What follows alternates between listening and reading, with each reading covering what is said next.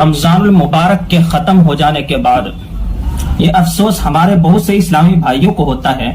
और ये इसलिए होता है कि हम रमजानुल मुबारक की आमद के तो मुंतजिर रहते हैं, मगर इस माह मुक़द्दस को नेकियों और आमाल सालिहा में गुजारने के कब्ल अज वक्त ना कोई तैयारी करते हैं और ना ही ठोस मनसूबाबंदी। जबकि तारीख की किताबें पढ़ने से मालूम होता है कि हमारे असलाफ और बुजुर्गान दीन, यहाँ तक के खुद हुजूर अकरम सल्लल्लाहु अलैहि वसल्लम रमजानुल मुबारक की आमद से 2 माह पहले इसकी तैयारी शुरू फरमा देते थे,